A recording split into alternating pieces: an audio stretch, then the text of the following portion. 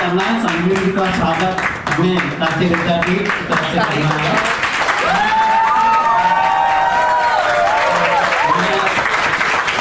महात्मा गांधी राष्ट्रीय कि जितने भी लोग यहाँ पर मौजूद हैं क्वेयर एंड ट्रांस कम्युनिटी के अलावा, जो लोग मुझे सुन रहे हैं या फिर वीडियो के माध्यम से, इलेक्ट्रॉनिक मीडिया के माध्यम से जिन तक मेरी आवाज़ जा रही है, तो वो ये कोशिश ज़रूर करें कि अपने आसपास अगर आप किसी व्यक्ति को ऐसे कर देखते हैं तो खुद को बदलने की जगह ये कोशिश कीजिए कि आप किस प्रकार से बात करेंगे उनको कि उनको तकलीफ नहीं होगी और उनका जो मानसिक स्तर है जिस स्तर पे है, क्योंकि उन्होंने कभी देखा ही नहीं ना, उनका सिर्फ यही रहा है हमेशा से कि बधाई किया या फिर पैसे लिए, उसके बाद फिर ये काम किया, घर गए, खाना खाया, उसके अलावा वो समाज को नहीं देख पा रहे हैं। क्यों नहीं देख पा रहे हैं? क्योंकि समाज में कभी जोड़ने की कोशिश ही नहीं की है, चाहे वो नॉर्थ इंडिया की बात हो या साउथ इंडिया की बात हो, जोड़ी की परंपरा की बात हो, हिजड़ा समुदाय की बात हो या किन्नर समाज की बात हो। तो उम्मीद करूंगी आने वाली जनरेशन से जिन तक मेरी आवाज़ जा रही है कि हमें बदलने के साथ साथ खुद को भी थोड़ा ज़रूर बदलना। धन्यवाद। मैं ऐसे स्थिति से गुजरी हूँ कि मैं बता नहीं सकती। बहुत ज़्यादा तकलीफ़ होता था पहले। मैं जब छोटी थी तो मुझे बहुत ज़्यादा कोऑपरेट करना पड़ता था। सबसे ज़्यादा तो मेरे घर में मेरे पापा से ही कोऑपरेट करना पड़ता था। वो ये नहीं चाहते थे कि ये किस तरह का है और किस तरह से रहता है, और मुझे लगता था मुझे लड़के यहाँ तक कि पसंद ही नहीं थे, और मैं अपने दीदी लोग के ही साथ ही रहती थी, खेलती थी, और हर एक चीज़ मतलब लड़कियों वाला ही मेरे अंदर भावनाएं आती थी, लड़कियों जैसा करना, खेलना कूदना। और मेरे पापा जब काम में से आते थे तो मुझे बहुत डांटते थे और मारते थे कि ये सब तुम क्या कर रहे हो और तुम करना क्या चाहते हो।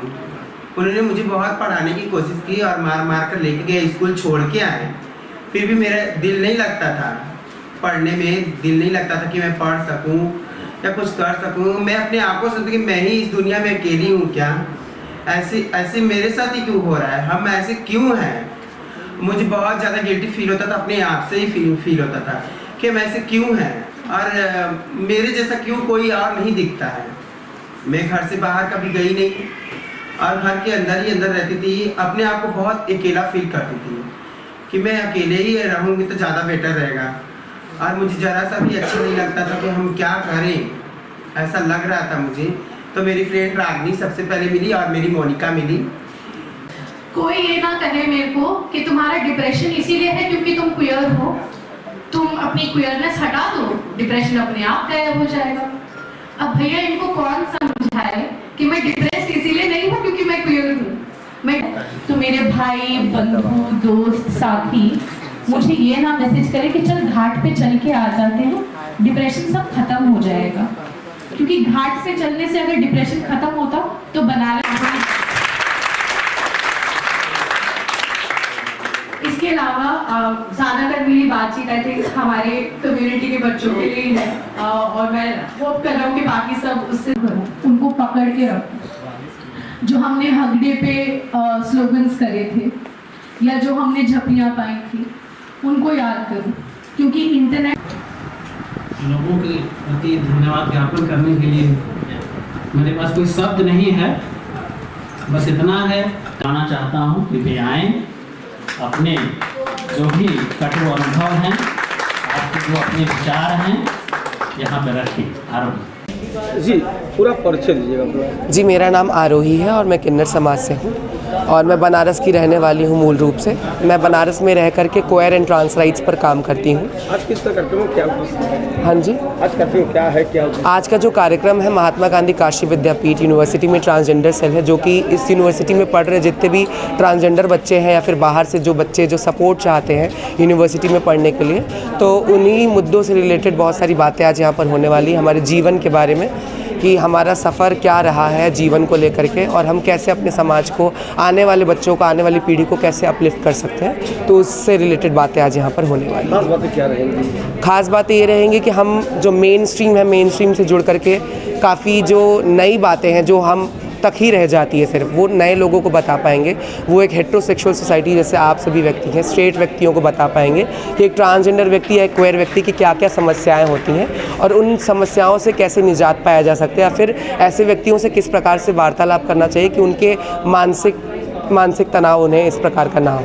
कितने जिनमें बच्चे महात्मा गांधी का सिग्नेचर में है और कैसे उनमें सलाह जाएंगे? जी, एक प्रॉपर नंबर तो नहीं है पर काफ़ी अच्छा खासा नंबर है, क्योंकि हमारी अक्सर बातचीत होती रहती है। हमारी अपनी संस्था भी है, तो संस्था से जुड़े हुए काफ़ी सारे बच्चे हैं जो आते हैं, जो अपनी परेशानियां बताते हैं। और ट्रांसजेंडर सेल के बनने के बाद ये है कि उन्हें काफ़ी ज़्यादा आराम है कि क्योंकि वो अपने दिल की जो बातें हैं एक ट्रांसजेंडर व्यक्ति होने के बाद वो सेल में रख सकते हैं, और उनको जो भी कोई भी परेशानी होती है कैंपस के अंदर, यूनिवर्सिटी के अंदर, तो उन बातों को आसानी तक पहुँचा सकते हैं हायर अथॉरिटीज़ के पास।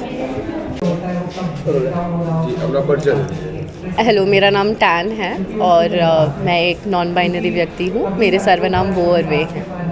किस तरह का कार्यक्रम विद्यापीठ में रखा गया, क्या है? तो हम एक फेस्टिवल मनाते हैं क्वेयर कम्युनिटी में, जिसको प्राइड कहते हैं। प्राइड इसलिए मनाया जाता है क्योंकि करीबन 50 से थोड़ा सा ज़्यादा साल पहले कई सारे क्वेयर लोग यूएस में एक बार में इकट्ठा हुए थे अपने समुदाय के बारे में बातचीत करने के लिए, नाचने गाने के लिए। और वो समय पे कानून था जिसने ये बैन किया हुआ था कि अगर आप शारीरिक तौर पे एक महिला जैसे नहीं दिखते हैं तो आप महिला के कपड़े नहीं पहन सकते। इस तरह का वहाँ पे एक कानून था। उस कानून के खिलाफ बातचीत करने के लिए लोग इकट्ठा हुए थे और न्यूयॉर्क सिटी की जो पुलिस है उन्होंने उनको पीट दिया था। और फिर जो वहाँ के हिजरा किन्नर समुदाय के लोग थे उन्होंने उनको वापस पीटा था, पुलिस वालों को। अब हर साल उसकी सालगिरह अलग अलग देशों में अलग अलग समय पे अलग अलग जगहों पे मनाई जाती है, ताकि हम ये याद रख पाएँ कि हमें हमारे अधिकार एक झगड़े के द्वारा मिले थे, है ना।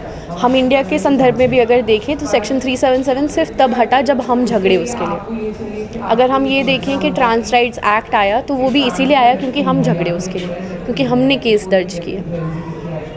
तो ये उस झगड़ा का या उस संघर्ष का एक सेलिब्रेशन है, ये याद रखने के लिए कि ये वही देश है जहाँ पे गांधी जी थे, है ना।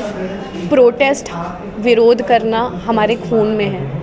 हमारे पूर्वज भी करते आए हैं, हम भी करते हैं और शायद हमारी अगली पीढ़ी भी करती आएगी। उसी सब को याद करने के लिए और उसी सब का एक सेलिब्रेशन करने के लिए ये इवेंट रखा गया है।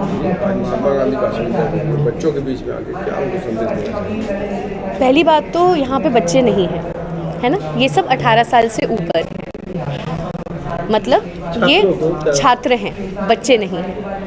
छात्रों को हम ये संदेश देना चाहते हैं कि आप अपने दिल में जितना प्यार रख सकें, आप अपने आसपास के लोगों को जो आपसे विभिन्न हैं जितना समझने की कोशिश करें, उतना ज़्यादा सुंदर जीवन जीने का आपको मौका मिलेगा। बस एक लाइन अगर कोई संदेश देना छात्रों के लिए, जनता के लिए, क्या कहना चाहिए?